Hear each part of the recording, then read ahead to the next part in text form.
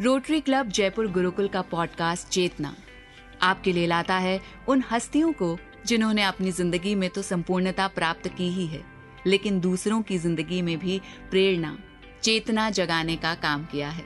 नमस्कार, आपका बहुत बहुत स्वागत है इस पॉडकास्ट में। कई अतिथि ऐसे भी होते हैं जिनका परिचय देने के लिए एक विशेष अतिथि से आग्रह करना होता है। आज का हमारा पॉडकास्ट बात करेगा नारी शक्ति की, नारी के धीर की, नारी के सम्मान की, कर्म की, शांति की और दृढ़ता की। आज जो विशेष अतिथि हमारे पॉडकास्ट गेस्ट से बात करने वाले हैं, उनका परिचय दे देती हूँ। ये हैं CA Rajiv Sogani ji, founder and managing director of R Sogani and associates Jaipur. Taxation और ऑडिटिंग के क्षेत्र में 40 साल से भी ज्यादा का अनुभव रखने वाले Rajiv Sogani sir Rotary club Jaipur round town के पास्ट प्रेसिडेंट भी रहे हैं। आपका बहुत बहुत स्वागत है सर, और अब आपसे अनुरोध है कि हमारी पॉडकास्ट गेस्ट से हमारा परिचय कराएं। धन्यवाद शिल्पी। श्रृंखला चेतना के सभी श्रोताओं को आज मैं एक ऐसी शख्सियत से रूबरू कराने जा रहा हूं जिसके प्रति मेरे मन में और मेरे जैसे अनेकों लोगों के मन में अपार आदर, सम्मान और स्नेह है। वो शख्सियत हैं Shrimati Vijaya Gupta, past president rotary club Marugandha Jaipur. आपका परिवार एक विलक्षण परिवार है। परिवार का हर सदस्य एक सफल और सार्थक जीवन व्यतीत कर रहा है। आपके पति पीडीजी डॉक्टर अशोक गुप्ता सफलता का पर्याय हैं। दोनों बेटे अमित और सुमित सफल उद्यमी हैं और इन सभी परिवारजनों की सफलता की शिल्पकार हैं श्रीमती विजया गुप्ता। विजया मैम, स्टूडियो में आपका स्वागत है। धन्यवाद राजीव जी, आपने मुझे आज बुलाया। हम सभी श्रोताओं की ओर से आपने आज स्टूडियो में आने के लिए जो समय निकाला उसके लिए धन्यवाद देते हैं। मैम, मैं शुरुआत आपके बचपन से करना चाहूँगा। हमारे सभी श्रोता ये जानना चाहेंगे कि बचपन में आपको क्या माहौल मिला, आपकी परवरिश कैसे हुई, परिवार से आपको क्या संस्कार मिले, इन सब के बारे में हम जानना चाहेंगे, क्योंकि उसी परवरिश और संस्कारों ने आपको आज की विजया गुप्ता बनाया है, एक सशक्त नारी बनाया है। धन्यवाद राजीव जी। मेरा जन्म एक संयुक्त परिवार में हुआ। 6 भाई बहनों में मैं सबसे छोटी थी। सबका प्यार ही मिला मुझे। वातावरण बड़ा ही अनुशासित था। मेरे पिताजी एक राजकीय उच्च अधिकारी थे। वे बड़े ही धार्मिक थे। हमारे घर में हर हफ्ते सत्संग वगैरह होता था शाम को 1-1.5 घंटे के लिए, और उसमें हमारा सबका शामिल होना बहुत ज़रूरी होता था। रामायण पाठ भी समय समय पर होता रहता था। मुझसे भी मेरे पिताजी वैदिक गीता व वैदिक पुस्तकें पढ़वाते थे। पिताजी शिक्षा को बहुत ही महत्व देते थे। वे स्वयं भी हिंदी व अंग्रेजी में एमए थे। मेरे दादाजी भी जयपुर के एक प्रतिष्ठित स्कूल में टीचर थे। शिक्षा के बारे में विशेष रुझान था। वे गरीबों व अशक्त छात्रों को घर पर रखकर पढ़ाते थे, और हम लोगों के साथ भी ये था कि स्कूल की पढ़ाई के बाद 10 सवाल गणित के रोज करने हैं, और अंग्रेजी हिंदी के डिक्टेशन व पहाड़े, जो कि आजकल बच्चों को पता भी नहीं होता, हम रोज याद किया करते थे। उस समय जीवन मूल्यों को प्राथमिकता दी जाती थी। अपने पराये का कोई भेदभाव नहीं होता था। भौतिकता का महत्व नहीं था। इस परवरिश व जीवन मूल्यों के साथ इन संस्कारों ने ही मेरा आज तक का साथ दिया है। मैम, वास्तव में लगता है कि जो विशिष्ट माहौल, जो विशिष्ट परिवेश आपको मिला, उसका असर आपके आज के व्यक्तित्व में साफ झलकता है। मैं जानना चाहूँगा बचपन की वो कुछ यादें जो आपको आज भी गुदगुदाती हों। बचपन तो बहुत ही मस्ती वाला था। भाई बहन में एज डिफरेंस बहुत था, पर हम खेल कूद में बिजी रहते थे। पहले गैजेट्स तो होते नहीं थे, इसलिए सब भागने दौड़ने वाले खेल ही हम लोग ज़्यादा खेलते थे। सबसे पहले मेरे एक कज़िन भाई, जो कि हमारे कमरे के पास ही था उनका कमरा, उनके यहाँ रेडियो आया। तब मैं बहुत छोटी थी। मुझे लगता था इसके अंदर कौन बैठा हुआ है और कौन बोल रहा है। बड़ा ही आश्चर्य होता था। मेरा एक भतीजा था छोटा, जो मुझसे 1-2 साल छोटा था। बहुत ही शैतान था और मुझे रेडियो नहीं सुनने देता था। लेकिन मैं चुपचाप उसके कमरे में किसी भी सामान के पीछे छुप कर बैठ जाती थी और रेडियो सुनने की कोशिश करती थी। अब सोचकर लगता है कि वो भी क्या दिन थे। ओहो, क्या भोला बचपन था मैम आपका। चलिए बचपन से आगे बढ़ते हैं। आपकी शादी कैसे तय हुई? शादी से पहले आपस में आप कितना मिले? क्या खूबियां देखकर आपने तत्कालीन स्कूल अध्यापक अशोक गुप्ता को पसंद किया? देखिए, पहले शादी आपस में नहीं बल्कि परिवारों में होती थी। अच्छा परिवार, लड़का और घर देखकर बड़े लोग आपस में ही शादी तय कर देते थे। हमारे साथ भी कुछ ऐसा ही हुआ। मेरे पेरेंट्स नहीं थे जब मैं 16 साल की थी, तभी गुजर गए थे वो लोग। मेरे ससुर व मेरे भाई की आपस में जानकारी थी। मेरे ससुर ने मेरा लंबा चौड़ा इंटरव्यू लिया। अशोक गुप्ता जी ने तो अपने पिताजी के डर से मेरी तरफ आंख उठाकर भी नहीं देखा और शादी तय हो गई। पसंद या नापसंद तो पूछी ही नहीं जाती थी। मैम, रिश्तों के तय होने का तरीका ज़माने के साथ कितना बदल गया है? आप इस बदलाव को किस तरह देखती हैं? हमारे समय में क्योंकि संयुक्त परिवार होते थे, शादी की उम्र भी कम होती थी, ज़्यादा सोचने विचारने के लिए समय भी नहीं मिलता था। धीरे धीरे परिवार में एडजस्टमेंट हो जाया करता था। काफ़ी सारी प्रॉब्लम्स तो परिवार में वैसे ही हल हो जाती थी। आज समय बिल्कुल बदल गया। बच्चे पढ़ लिख कर इंडिपेंडेंट, कैरियर ओरिएंटेड हो गए हैं। सारे निर्णय खुद ही लेना चाहते हैं। बड़ों का रोल काफ़ी कम होता जा रहा है। लेकिन मैं इस बदलाव को सकारात्मक तरीके से ही देखती हूँ। बहुत खूब मैम, लेकिन हम जानना चाहेंगे कि वर्तमान समय में लड़कियों में शादी को लेकर के जो रवैया है, late marriage, late children, financial independence, no liking for joint family, इन सब के बारे में आपके क्या विचार हैं? समय के साथ बदलाव जरूरी है, पर बदलाव के साथ साथ सारी चीज़ों में बैलेंस होना भी ज़रूरी है। बच्चे इतना आगे बढ़ते जा रहे हैं कि उन्हें शादी व परिवार के बारे में सोचने का समय ही नहीं है, पर समय पर शादी व परिवार का होना भी ज़रूरी है। मैम, मुझे मालूम है शादी के बाद आप घर की सबसे बड़ी बहू थी। परिवार भी काफ़ी बड़ा था। शादी के बाद उन शुरुआती सालों में आपकी ज़िंदगी कैसी रही? किन सुहाने लम्हों को आप आज भी याद करती हैं? मेरी शादी पढ़ते पढ़ते ही हो गई थी। 2 मई को मेरा BA फाइनल का आखिरी पेपर था और 15 मई को शादी थी। मेरे परिवार में मैं सबसे छोटी लड़की और वह ससुराल में सबसे बड़ी बहू बन गई। यह परिवर्तन काफ़ी बड़ी चुनौती था मेरे लिए, फिर भी मैं संतुलन कायम रख पाई। 4 भाई व 4 बहनों का बड़ा परिवार था। बड़ी बहू होने की वजह से मुझसे सबके बहुत सारी एक्सपेक्टेशन थी, पर परिवार में मुझे सबका बहुत प्यार मिला। मेरे ससुर उच्च अधिकारी थे, पढ़ा लिखा परिवार था। मेरी माँ नहीं थी, पर मेरी सासू जी ने मुझे बहुत माँ जैसा प्यार दिया। वह पारिवारिक जिम्मेदारियों को भी समझाने में बहुत ही सहयोग दिया। जब शादी हुई थी तब हमारा परिवार अलवर में था। वह ये काम की वजह से जयपुर में रहते थे। उन दिनों इतना व्यस्त नहीं रहते थे जितना कि अब रहते हैं, तो एक दूसरे को आपस में जानने समझने का अच्छा समय मिला। शाम को घूमना फिरना, रेस्टोरेंट जाना, पिक्चर देखना, कुल्फ़ी और पान का शौक़ था इनको बहुत ज़्यादा। जीवन एकदम साधारण था किंतु आनंददायक था। मैम, मुझे मालूम है कि लगता है वैसे आपको कुल्फ़ी का वो शुरुआती शौक़ आज आइसक्रीम के शौक़ में है, और सबको मालूम है कि आप आइसक्रीम बहुत अच्छी बनाती हैं। मैम, जिन लोगों ने आपके दोनों बेटे अमित और सुमित को बड़े होते देखा है, उन्हें मालूम है कि आपने जो संस्कार बच्चों को दिए वो उन्हें आज एक सफल और सार्थक जीवन व्यतीत करने में मदद कर रहे हैं। बच्चों के लालन पालन में क्या चुनौतियां रहीं और क्या विशेष ध्यान आपने रखा?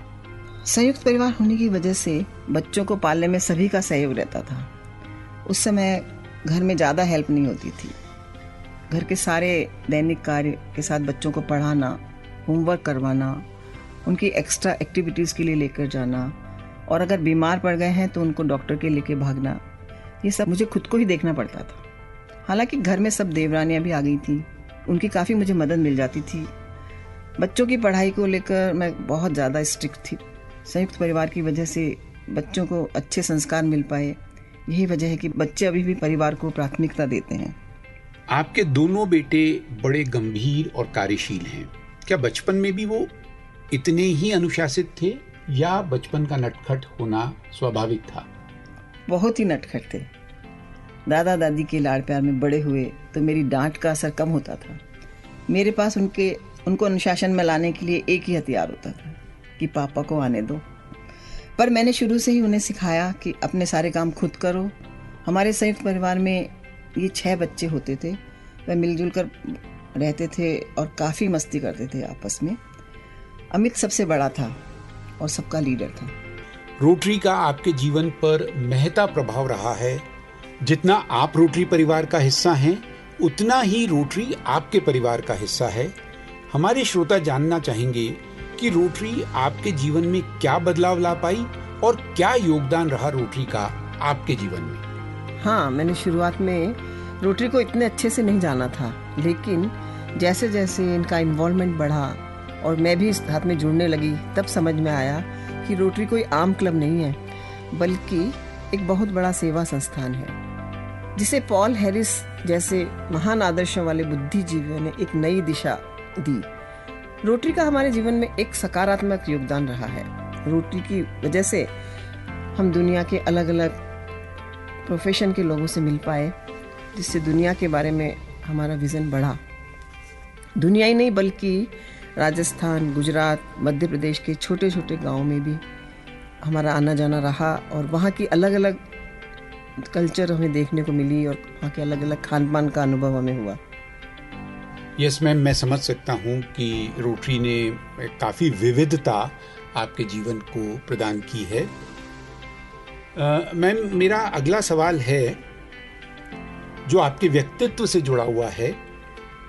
आप एक बहुत ही विनम्र, स्नेहिल और उदार व्यक्तित्व हैं।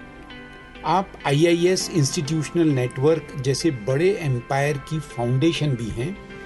आए दिन किसी न किसी चैलेंज का सामना भी करना पड़ता होगा। आप स्ट्रॉन्ग रहकर एक आधारशिला बनकर सपोर्ट देती हैं। हम ये जानना चाहेंगे कि आप ये इनर स्ट्रेंथ कहाँ से लाती हैं? एक्चुअली में मुझे बचपन से ही मेरे माता पिता और उनके जाने के बाद मेरे भाइयों व बहनों का काफ़ी सहयोग मिला और सपोर्ट भी मिला। इस वजह से मेरे अंदर एक हमेशा कॉन्फिडेंस रहा। मेरे पति भी एक बहुत स्ट्रॉन्ग पर्सनैलिटी हैं और उनको देखकर मैं भी हमेशा दृढ़ रही। संयुक्त परिवार की सबसे बड़ी बहू होने के नाते भी अपनी जिम्मेदारियां निभाते हुए एक एनर्जी रखनी पड़ती थी, पर एक सुखी परिवार आपके लिए रीढ़ की हड्डी का काम करता है। मैम, आप एक बहुत बहुआयामी व्यक्तित्व हैं। बहुत सारे किरदार, जैसे हमने अपने श्रोताओं को बताया, आप निभाती आ रही हैं। एक पत्नी का, एक माँ का, एक दादी का किरदार आप निभा रही हैं। इन सभी किरदारों में आपका पसंदीदा किरदार कौन सा है और क्यों? देखिए राजीव जी, मैंने अपने सारे किरदार समय के साथ अच्छे से ही निभाए हैं और सारे किरदारों को अच्छे से एंजॉय भी कर रही हूँ। अब पोते पोतियों के साथ उनका बचपन भी एंजॉय कर रही हूँ, तो अपने बचपन की भी दिन याद आ जाते हैं, जो तन मन दोनों को एनर्जेटिक रखता है। मैम, आप जीवन से संतुष्ट नजर आती हैं। एक संपूर्ण जीवन जीते हुए क्या ऐसा कोई ख्याल आता है कि काश यह भी होता?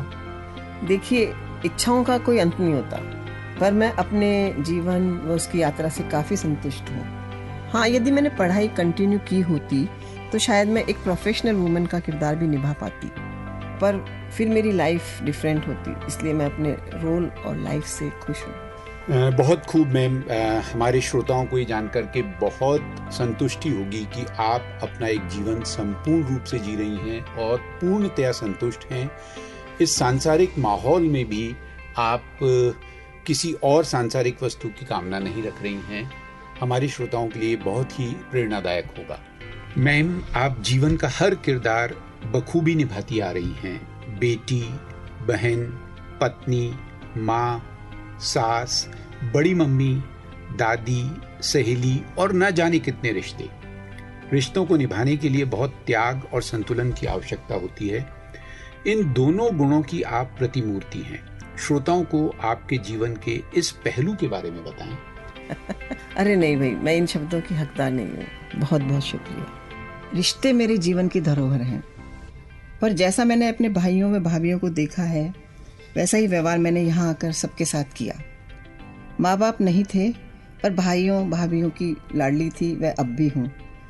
अब कभी भी कोई ज़रूरत होती है तो मैं वहाँ हमेशा उपस्थित रहने की कोशिश करती हूँ। ससुराल में भी मेरी तीनों देवरानियाँ व चारों नंदों के साथ मेरी अच्छी रिलेशनशिप है। किसी का भी कोई काम होता है या कोई भी जानकारी होती है तो तुरंत फ़ोन आ जाता है। मैंने जैसा अपना परिवार में वातावरण देखा, वही मैंने यहाँ आकर भी किया।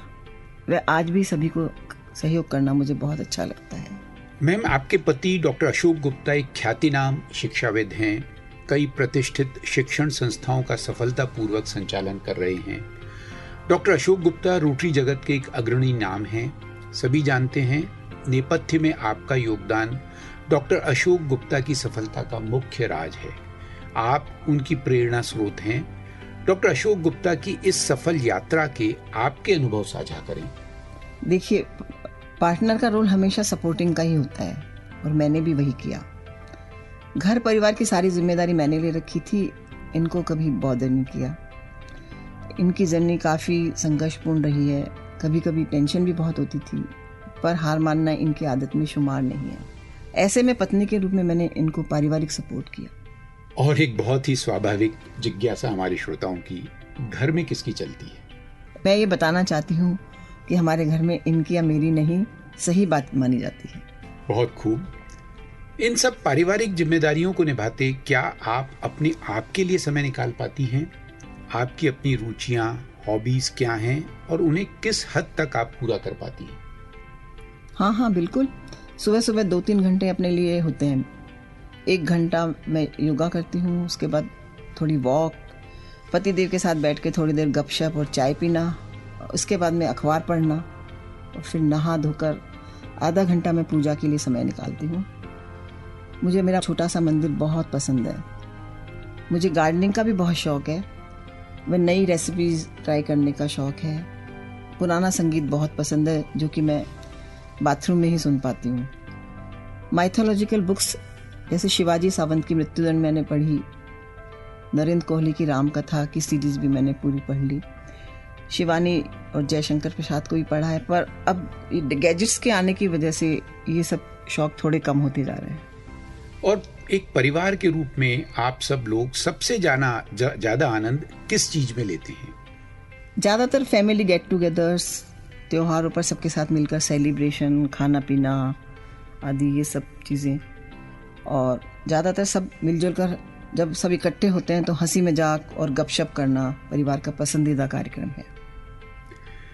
और मैम, एक अंतिम सवाल, आप अपने पति की किस खूबी से सबसे ज़्यादा प्रभावित हैं और वो आपकी किस खूबी पर फिदा है?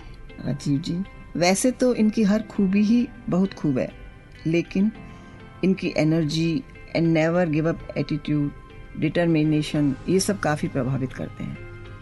मेरी क्लियर हार्ट, सिंपलिसिटी शायद उनको पसंद है। थैंक यू वेरी मच भाभी। मैम, आप स्टूडियो में आई, हमारे श्रोताओं से रूबरू हुई। मुझे विश्वास है कि हमारे श्रोता आपके जीवन के इन पहलुओं को सुनकर के काफ़ी मोटिवेट होंगे, उन्हें काफ़ी प्रेरणा मिलेगी। धन्यवाद। धन्यवाद राजीव जी।